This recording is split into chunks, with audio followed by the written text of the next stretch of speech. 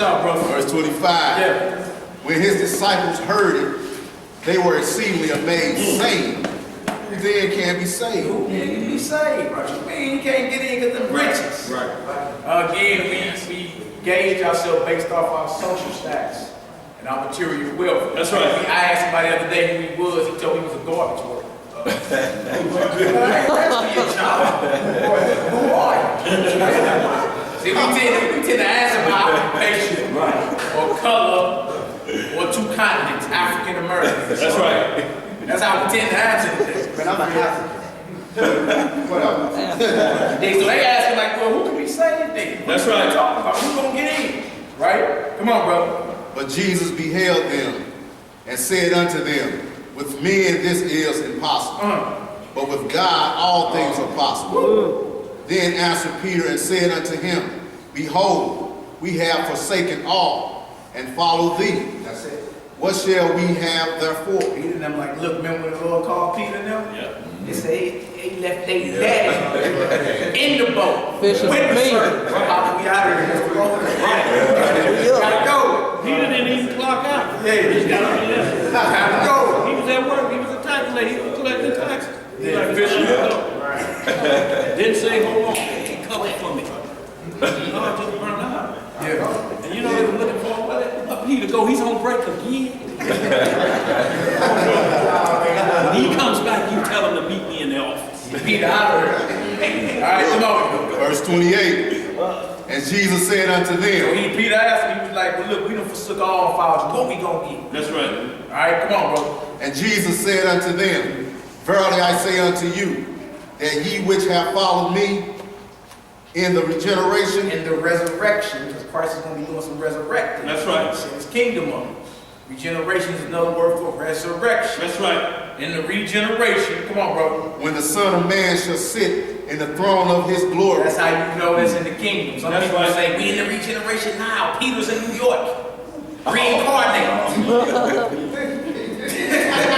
hey, see some crazy doctrine, I'm telling you. There's people teaching that. My elder Yahuwah is Peter in the regeneration. Like, bro, that's like when he shall sit on the throne of his glory. That's right. Come on, bro. Ye also shall sit upon 12 thrones, judging the 12 tribes of Israel. So the disciples get ranked in the kingdom. They're going to be judging matters. It's got to do with the 12 tribes of Israel. And let me say this also, you will have some out there that say, well, right here, when it said that Judas Iscariot was one of the 12. At this point, he was, but there's the kicker. He said, when you with me through the regeneration. Right. So when you watch me go through all I'm going to go through, and then I'll show back up at the resurrection, I'll come to the room and holler at y'all after the resurrection. And these that was in there, the 11 was in there, then they had to take a vote on who was going to take Judas' place. But those were them that followed him through the regeneration.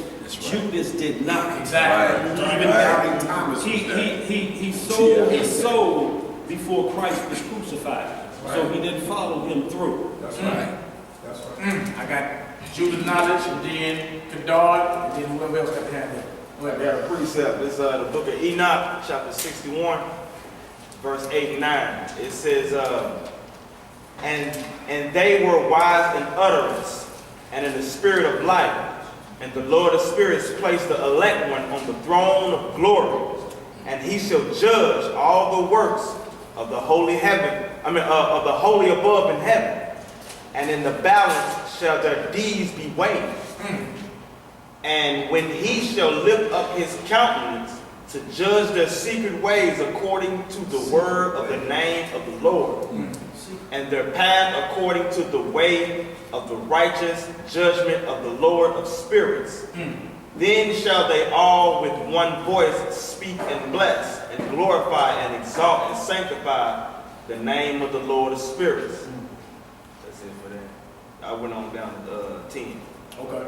Kadar, what you got back there, brother? I was just going to say that also confirmed that with them being sitting on the throne and judging the 12 tribes of Israel, that lets you know that the 12 tribes of Israel still exist. Oh, That's right. Up until that time. it's not a myth. That's right. It's not a myth, huh? These people still on the earth. Okay. Go ahead, buddy. Judas was sold his soul, so he didn't follow Christ. So do that have something to do with the names of the tribes in Genesis 35 being different? When they name the tribes again in Revelation, just why? Do that have something to do with Judas, his disciple, had nothing to do. No, the with name the was tribe. Judas. And His son was Judah. Judah. So then, I need some scripts. I don't understand why. When you first read about, you know what I'm saying, 12 sons, and then when you last read about it, they set up with the beginning of Revelation 7:5. The name. There's a couple names. You're talking about Ephraim and Dan. That's what you're talking about. Yeah. Right. That's the seal 144. Them ain't the names out the gate. Hold it down now. What he's asking about is that some names are missing, not off the gates. The gates are the Yeah. original. Exactly. But the 144,000, the 12,000 from each tribe, Dan is missing. So the reason Dan is missing is a lot of problems in Judges 19th chapter and 20th chapter with Dan dealing with some wickedness, some extreme wickedness. But can we say absolutely that's the deal? But no, because Ezekiel 48 tells us that Dan gets his lot back in the end, his offspring. But Dan did some wicked things. You know, just like every other deliverer that was supposed to deliver Israel out of his captivity failed. Moses, Samson, all of them fell short. But the chief deliverer never fell short. So we have to understand that what you're talking about is the 144,000 versus the names of the disciples sitting on 12 thrones. That's a total different thing. They are judging those 12 tribes, the original. Because the gates are set up for the original. Right. Sometimes you see Joseph and sometimes you don't. Right. That would be his two sons. Make them a whole tribe. Take his place. Puerto Ricans and Cubans. It's good. Let's finish this off. Finish this off. Matthew 19. Where's you at, bro? Was that 20? We finished 28. Yeah. You're in 29. Matthew 19, verse 29. We Hold it down, y'all. We gotta keep rolling. We going over the law of faith. Remember, he ran up on the Messiah. What I did do to get in? He told him to keep the commandments. He said, I've been doing that. What am I lacking? All right, you want to be perfect? Sell all that you got and come on. That's right. Then he got nervous. He couldn't hold no water. He went away soft. All right. So then Peter said, look, we don't forsook anything. What we gonna get? That's right. So now he's telling them what you gonna get. All right. That's all right. Yeah, like us and brothers discussing that a second, was talking about can you be perfect? You know what I'm saying? Now you brother script Job, like Job was an example of this being that second witness, like it is possible. Yeah, so it comes down to what you understand on being perfect. Right. That's The difference between perfect and what is perfect? Two different definitions. What does perfect mean? Hold down, y'all. Faithful to. Faithful to, sincere, sincerely made whole. I think that's what I asked. Doesn't mean that you won't have an accident. That's You won't right. make any accidents. I can't mean that Job was perfect. Right, but you think of right here, we're saying the only person I did all that, and he told him, if you will be perfect, right, if you want to be perfect, have faith. right. So we think of perfect today and say, well, that means I'm not gonna make any mistakes. I'm not gonna Sin less. Is that what perfect means? Right. Is that what perfect means? No, I'm sorry. So you go there. But today, see, so if you was explaining that to somebody, you first have to let them know perfect don't mean you're not gonna make a mistake. Right. Slip up. That don't mean it. Right. See that? So you give them the definition of perfect, then you show them what that means. Yeah, Job was considered perfect. John the Baptist's parents were considered perfect. That's right. You see what I'm saying? Perfect, but that don't mean he ain't making no mistake. Right. You think today like Floyd Mayweather, perfect record. No losses. I ain't took an egg. That's right. Right? And the scripture perfect don't mean it. Right. Can we look that up, please? I got it right here. Okay. The first definition of perfect, conforming absolutely to the description or definition of an ideal type. A perfect sphere or perfect gentleman. Second, excellent or complete beyond practical or theoretical improvement. There is no perfect legal code. The proportions of this temple are almost perfect. Let's understand this. But one where it says, exactly fitting the need in a certain situation or for a certain purpose.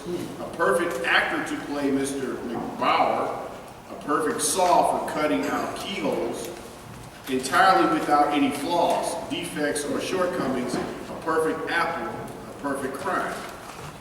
Now, all of those he read, one of those have to relate to the subject we asked him right about now. Right. So the only one you see out of all he read is saying, No flaws. well, no flaws, because it's saying he We got knows many. the process. Now, the deal is, what makes perfect? Right. So what we doing right now? We practicing, but the perfect part of that is, if I break the law, look, it said David had a heart like Christ. That's right. David ordered a murder and committed adultery. So are you saying David's heart, the Most High, is a murderer and adulterer? No, but David's heart was perfect because he knew what he had done and he acknowledged his wrong. Right. So it's not saying, he just said Noah was found perfect. Right. But 2 days later, after the ark, Noah was like this. God on his own supply. Right? So you know perfect means if I do it wrong, I know exactly what it takes to get it right. I'm not blaming nobody. I messed up. And I got to do right. I got to straighten this back out. I have to repent and turn from that. And when I do, I'm perfect. Because what happens is I corrected my wrong. And that's what makes perfect. You keep doing it until you understand how to do it right. When you ride a bike, what they say, you don't forget how to ride a bike. You may can't pop a whip, but you know he's paddling like this. Right, because you understood perfect drive. When you start off driving, you can't be eating another two from McDonald's and just learn how to drive.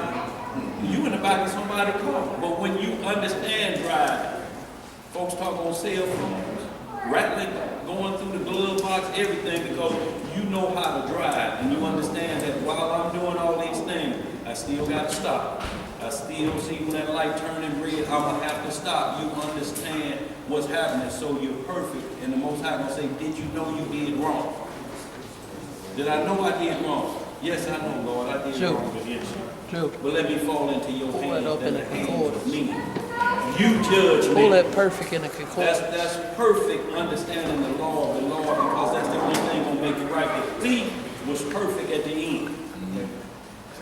How do I get into the kingdom? Go ahead. Read the definition, y'all look it up in the concordance. Oh, he already got it. 5046 is the Greek word teleos, and it means He already got complete in various applications of labor, mental growth, and moral character. Y'all see that? Completed. See, once you understand that you completed it, like if you think you fooling yourself, if you think you can get away with law, break it. That's like being a little bit pregnant. A little bit pregnant. Let's finish this off. Matthew 19, verse 29. Yes, sir. And everyone that hath forsaken houses, or brethren, or sister, or father, or mother, or wife, or children, or lands, for my name's sake, shall receive an hundredfold, and shall inherit everlasting life. But many that are first shall be last, and the last shall be first. When you go to Matthew 10, the Lord said you can't love none of these things, not even your own life more than him. That's right. That's what that's going into. So I'm saying, well, I ain't all bumping. I'm walking out today. Waiting for the children, the kids, the woman, I'm out. That ain't what that's saying. That's right. You feel me? But he's saying in your mindset, you can't love nothing you got going on more than the Most High. That's right. The Most High may need you over here. That's right. So go. Yeah. You feel me? Not because things have got a little tight and paper short, and the pink notice from Amazon is at the door. That's right. Well, I'm about it. I got to forsake all for the Lord. That ain't you can't love not even your own self more than you love the Most High. That's right. All right, let's get this, y'all. Matthew chapter 6, where we going next? Matthew chapter 6, one of the brothers started 24.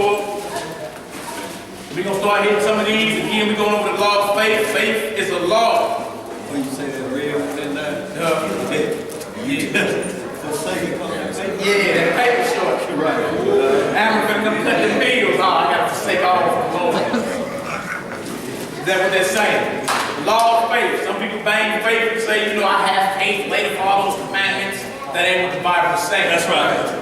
All right, but faith is a law. Once we get to this Hebrews 11 chapter, we're going to read about all these men of that Old Testament you've been told to stay away from. They got faith. The Lord did wonderful, miraculous things for them. Because the bigger your faith, the bigger the miracle. That's right. The stronger you are in your faith and your belief and being fully persuaded in the Most High, the bigger one the Lord got to work miracles with you. Right. Even when the Messiah telling folks, you say, you believe I can do this? They're like, yeah. Well, get on up. Your faith made you up. That's right. Your belief that I can do it, get on up. Right? Do we believe that? Or is this, you know, this ain't gonna pay for me down here entertaining you? Huh? You down here to see a reed shaking in the wind, just entertaining. Once a week. Brothers break down some scriptures pretty good, girl. Come on down. Do you believe? That's right. That's what it's coming down to. Because everything you've been telling people, yelling, screaming on, we Hebrews, take down that Christmas tree.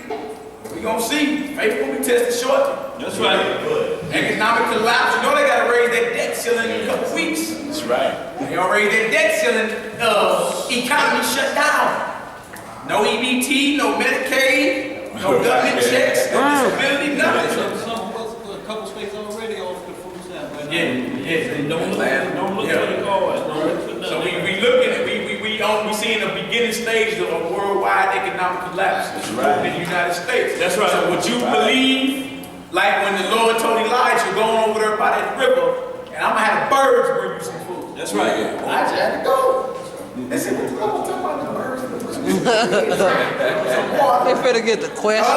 Now he believed, the Lord said, I got you. He went over there and did it. That's right. So your faith is what we're saying, like that's gonna be tested. We're not here to downplay faith. You know, it's just the fact that it's thrown out there today is if you ain't got to keep no commandments of the Most High. Blind faith. Feel me? Just, oh, you know, I ain't got to do no work. Jesus did it all already. I'm close. That's what people say. That's right. And you think all you need to do is just believe, and I'm fine. I'm just going to twiddle my thumbs and I'm raptured out of it. Yeah, all right? Okay. Okay. Let's get this. Matthew chapter 6. Matthew chapter 6, verse 24. No man can serve two masters. See that? You can't serve two masters. Who do you serve? You gonna have to choose up. Who you serve? The Most High? Huh? Or who man tell you to serve? That's right. Come on, brother. For either he will hate the one and love the other, or else he will hold to the one and despise the other. Ye cannot serve God and mammon. Well, what's mammon for those that don't know? Material For things. those that don't know. Anybody? Just take a, a shot at Hold it down, y'all. Again, this is class. You feel me? Hold it down, y'all. We're here to give you the answers. Who don't know? What's mammon? What you think it may be. They don't know.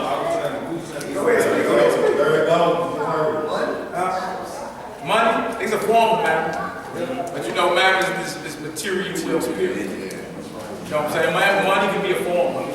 The one that didn't know good learn something new. Yeah, no doubt. That's what's up. That's what it's supposed to be learned. Right?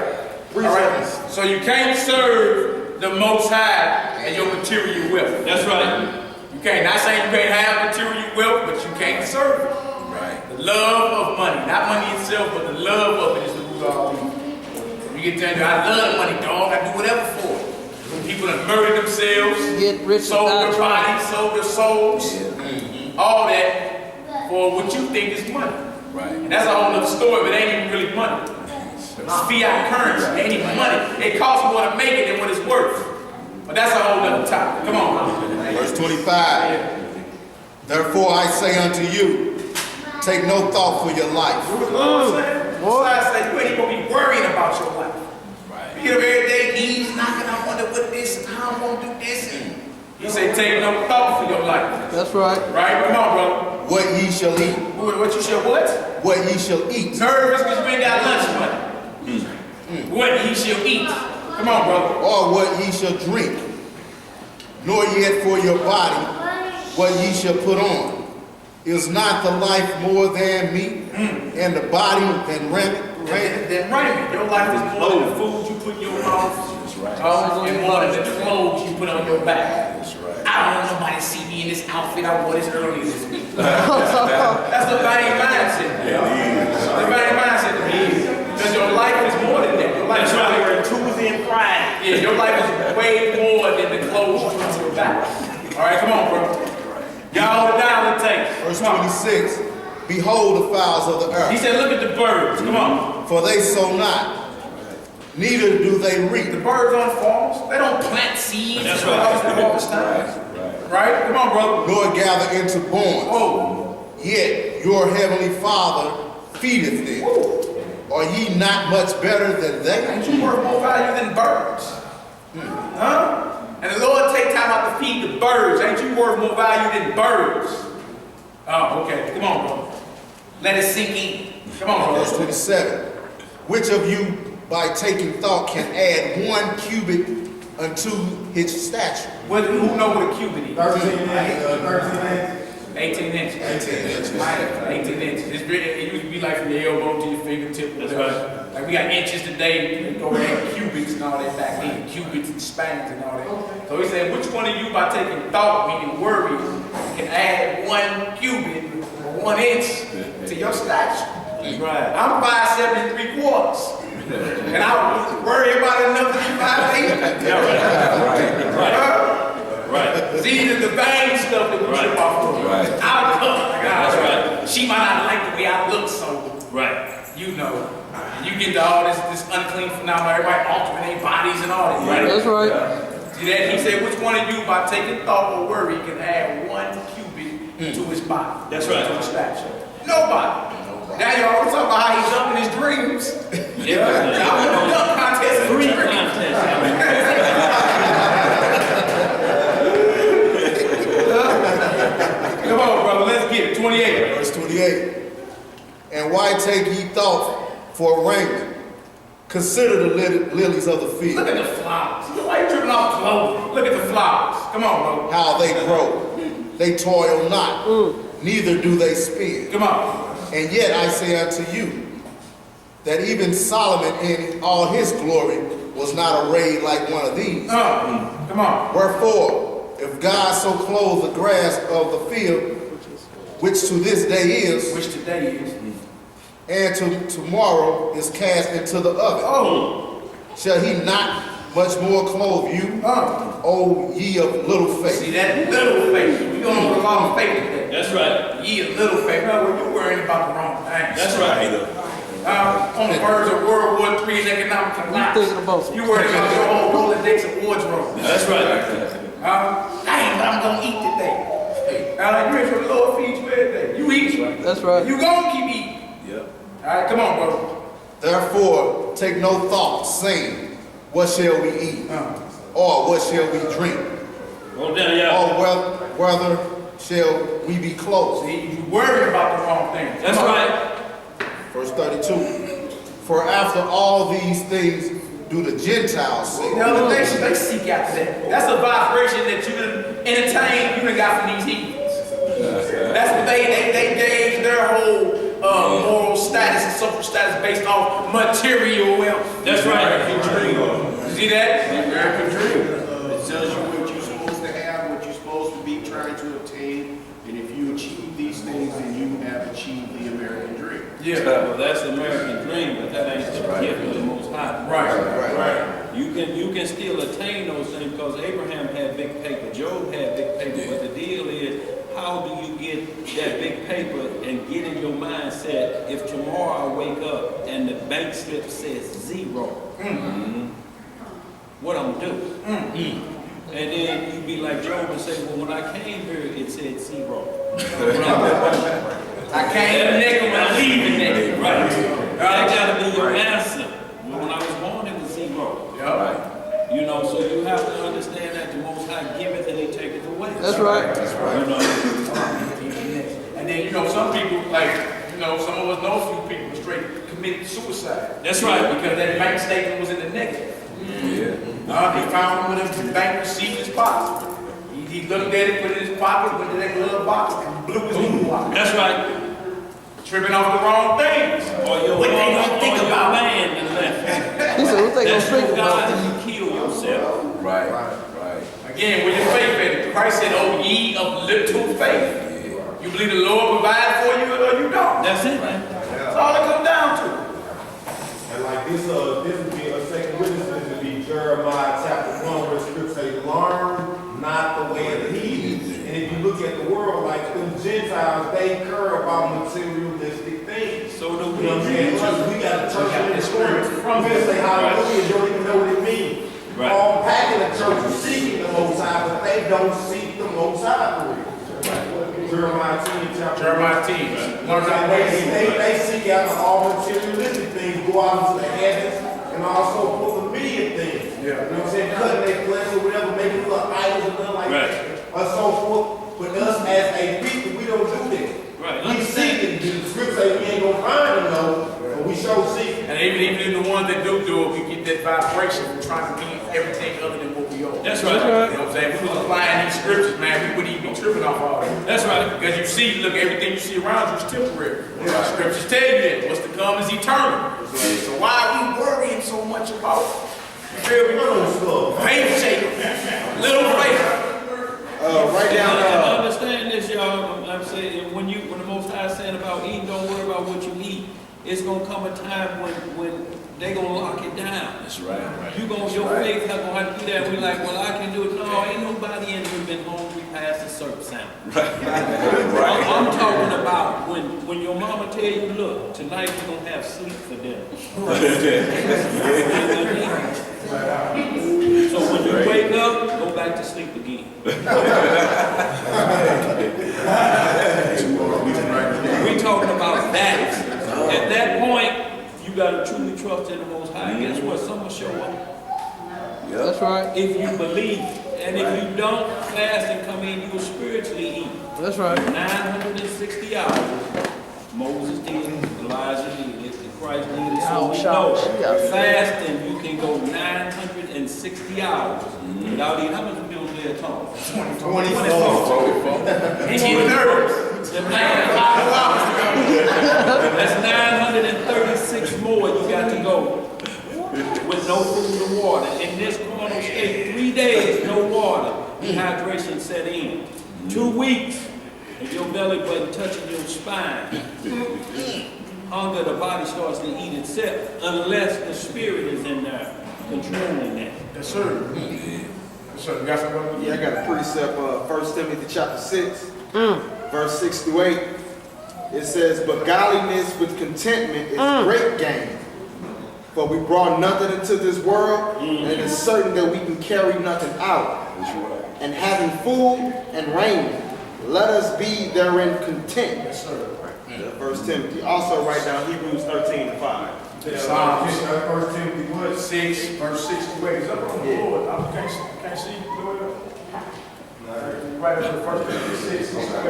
And then What you say, brother? write down Hebrews 13:5. It says, let your conversation be without covetousness, and be content with such things as you have. For he has said, I will never leave thee nor forsake thee. Also, y'all Psalms 37 and 16. That's right. Now, y'all, we want y'all to understand that don't mean that you don't seek to have a better living, to drive a better car. You can. I mean, these scriptures don't teach that you have to drive that 68 Chevy, 3 hubcaps missing. It don't mean that you have to settle for that. But don't be ashamed. Right, but don't be ashamed of that. That's getting you from point A to point B. But your objective is to get one not leaking with all the hubcaps, long as you're doing it by these scriptures, that where you can sleep at night because you put in the honest days of work. You ain't got to worry about nobody knocking on your door saying nothing, or the police knocking saying, this is how you've been making that money. We coming for you, all them cars outside, all your jewels, all of that, because it's ill-gotten gain. Oh. But to have nice things, the Most High say this is the whole man of work. Work and enjoy the fruits of your labor. That's right. How you do that? How you gonna do that? If you don't spend no money, who you saving it up for? He said, Labor you saving worthy it for of the the next reward. man. How you know how they gonna spend it? Your whole inheritance will go in a couple hours when your auntie get that money. They like to go on the boat. Gone in 2 days. Like to go on the boat up. Let's finish this off, y'all. Matthew 6. Verse 32 again. Yes, sir. For after all these things do the Gentiles seek. For your